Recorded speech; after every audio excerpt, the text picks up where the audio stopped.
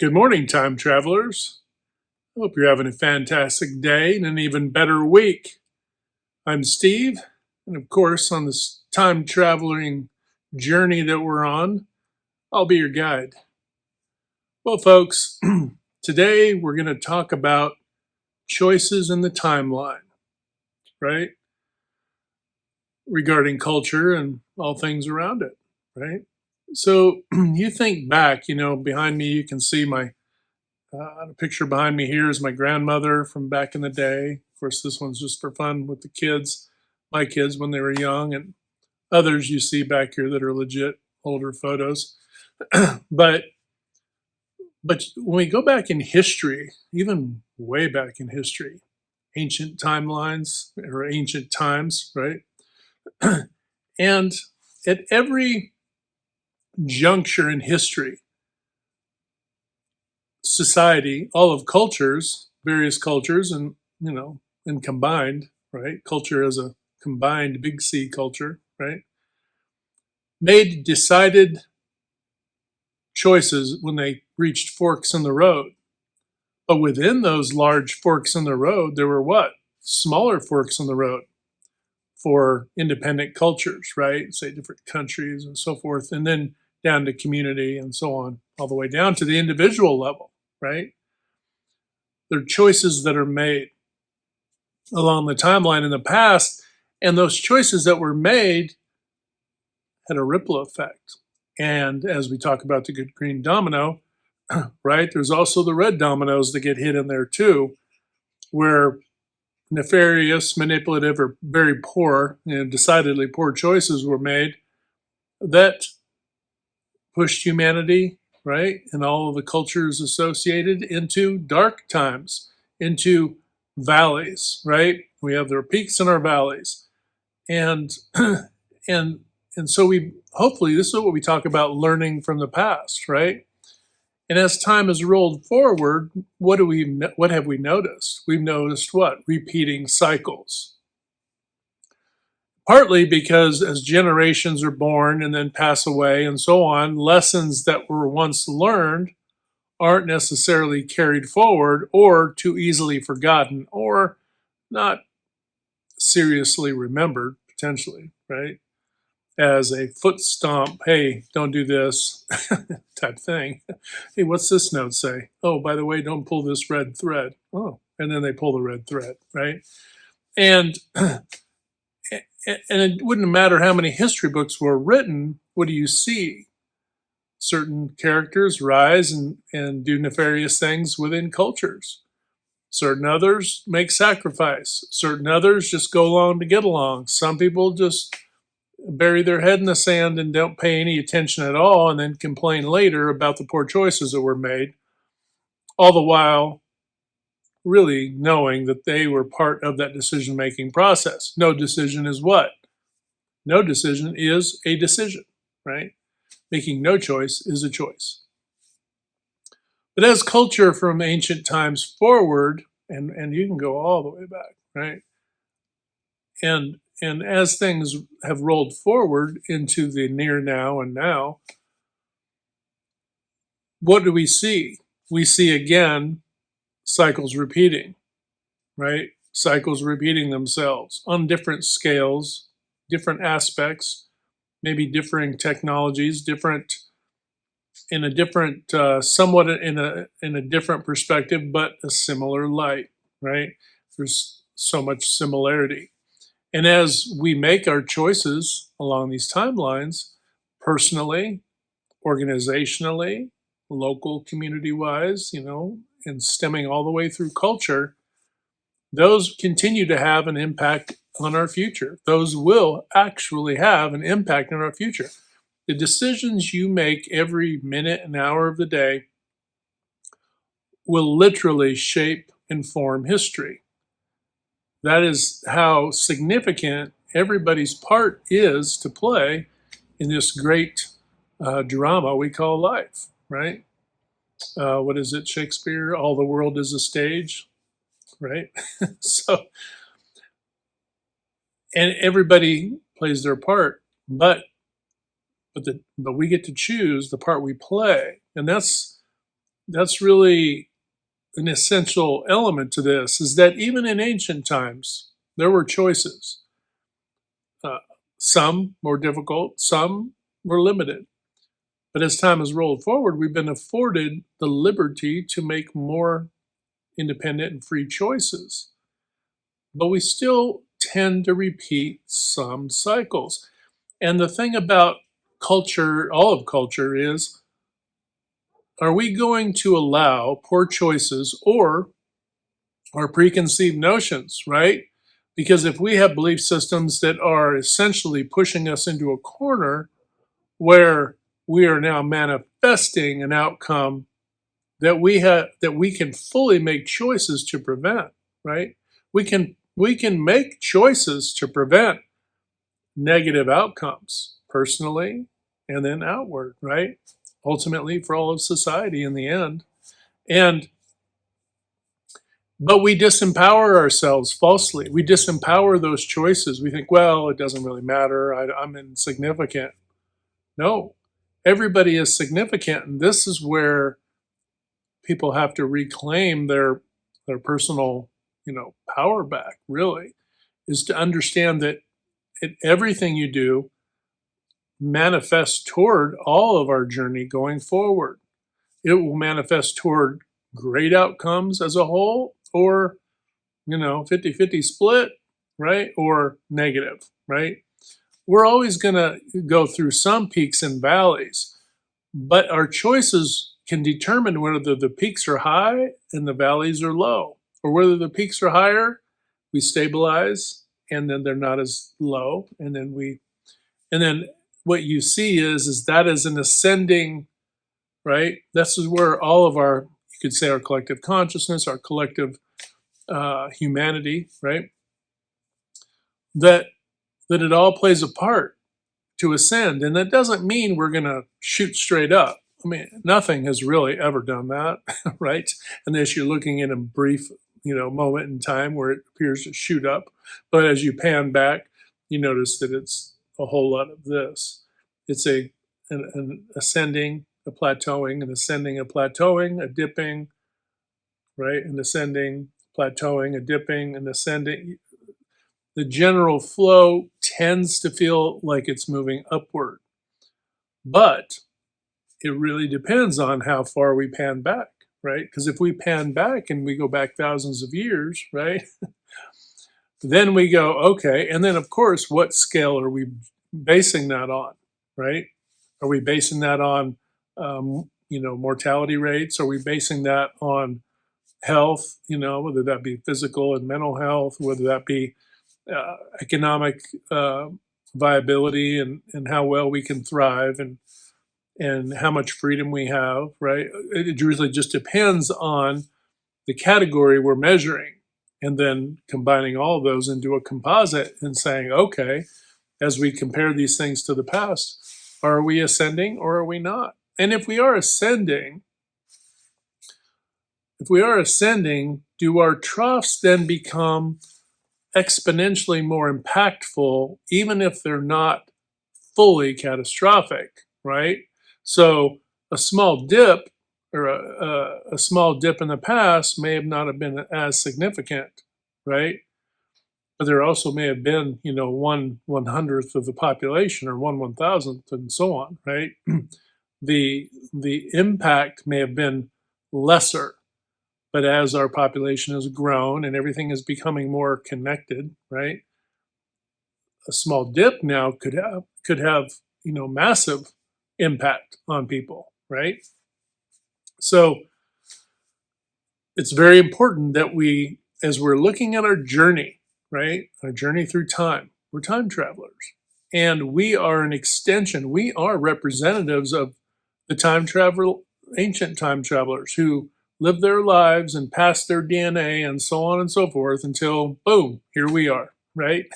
And we're carrying the luggage of all that DNA, right? Their memories, all the things. We're carrying that all within us. And as we move forward now, what are we doing with that? Are we reverting back to the old, right? And I'm not poo-pooing the old. I am saying that there are things that were done in ancient and near, I don't say old, feels demeaning, but near ancient and so on, right? And are, are we are we deluding ourselves to believe, oh, it was better then? No, it's always going to be relative, right? We can always say, oh, it was better when we had this. Every generation says that. As I get a little older myself, one of the things I don't fall in the trap of is believing that my generation had it figured out, or it was better when we didn't have this. I mean, there's some elements. I mean, look, folks, the '80s was the best decade for music. That's my bias. That's my one. That's my one free bias, right? we get a one free harmless bias, and that's mine. '80s had some of the best music. I like, but hey, I'm a lover of music, so every generation and every decade has its specialness. And I love it all. But I'm just kind of having fun. But as time travelers, we do have to understand that things are relative to our perspective, having gone through that. So we can look back and say, oh, it was a simpler time. Yeah, it might have been a simpler time, but they were also dealing with greater health issues, right? It was a simpler time. Mortality rates were lower. It was a simpler, you know what I mean? And then as we move forward, some of those things improve. And so it becomes a bit of a trade off, right? Now it's less simple of a time, but really, if you think about it, it's not about the times are simpler. Yeah, there's some complexities for sure in cultures, but are we becoming too fragmented? It's not about, look, we got to stop blaming everything on culture, right? We are culture, right? It's like saying the government, we are the government. We all have a voice, right? And if we don't have a voice, we get on a plane and we move to a different country, right? And you make the choices. Now there are those who can't do that, but you get the idea. For those that can do, and they exercise, with their feet, and their flying miles and everything else, and they do what they must to express that, right? But everything that you do, right, you have a choice. And they had choices in the ancient times all the way up through now. And we have a choice. But we have to be very careful that we don't delude ourselves, right, into thinking that because somebody told us some generations back a particular thing, that that's absolutely what will happen in the future. You get to decide what your future is going to be. Okay? You have the free will to decide, right? All the best things that this world can offer you live inside you now, right? We're a culture that seeks, and as time travelers, we have to be more responsible than those who aren't time travelers. If you don't, if people aren't seeing themselves as time travelers, then they're not seeing that they have an impact. They're not seeing that everything they do, right? There's a river, and everybody doing life basically is throwing a pebble in that river and creating a wave. And that wave does this, and that wave does that. And then there's things that occur, right? Good and not good. And we have that choice to not choose the thing that's going to be nefarious, to choose the thing that's not going to be manipulative, to choose the thing that isn't going to be bad, right? If you can make that choice to start, then start to shift your perspective and say, well, now what choices can I do to be positive, to be uplifting, to inspire some folks, to help folks out, to do the greater good, right? You know, are the actions that you're taking by your thoughts, words, and deeds, are they playing a part into culture for the greater good, right? Or are they dividing people? Are we literally seeing where people are making choices, and have we been seeing over, um, numerous decades and generations, where people have made choices to divide us human beings? So what? To hold things back. Well, who benefits from that? Who benefits from that? That's all you have to do, is ask yourself that question. and seek out your own answers. Remember, you're a time traveler. You're free to explore. You're an adventurer in this life, and you get the opportunity to figure this stuff out. Our own lives are a bit of a puzzle, right? That we have a good picture on who we are for the most part, and the road that we traveled, and the lessons we've learned. But the picture isn't always full, and it always isn't perfectly clear, and there's always going to be troughs, right?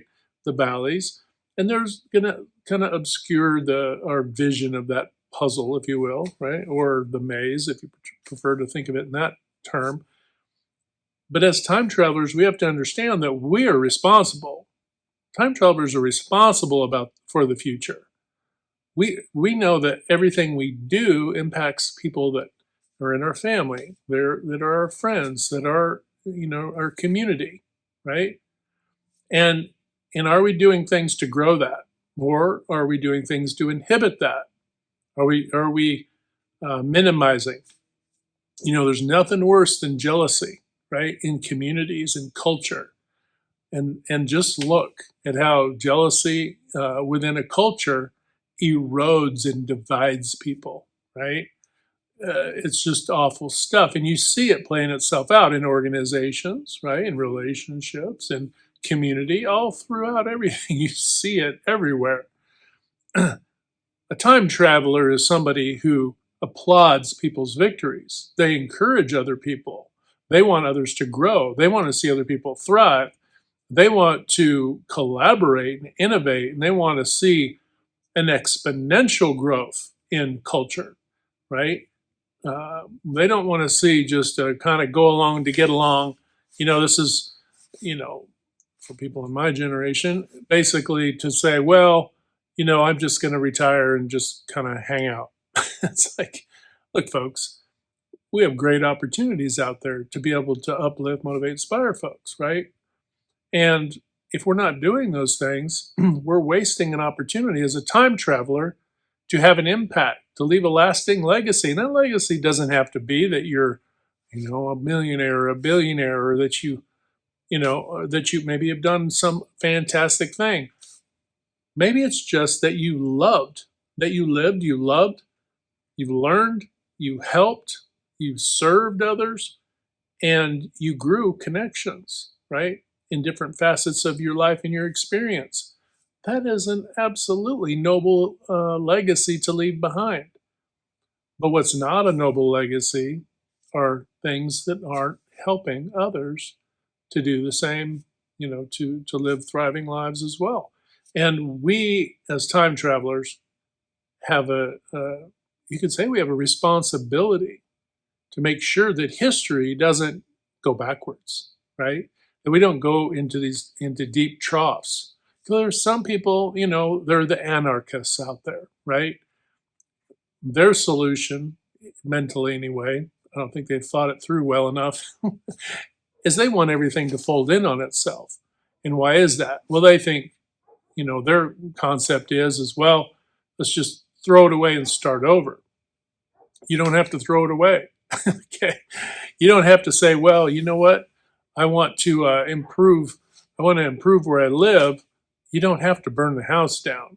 You can remodel the house, folks, right? You can, there's a gazillion things you could do differently and grow things forward, right? You don't have to burn it down, right? But the anarchist wants to burn it down. Part of that is there's a disgruntled nature to that, right? And so they have to peel that back within themselves and understand, well, why am I so upset? What's got me so, sideways? And saying, okay, now what can we do? And I'm not saying this is easy, folks. Being a time traveler has huge responsibility, and you have to endure a lot of nays out there, right?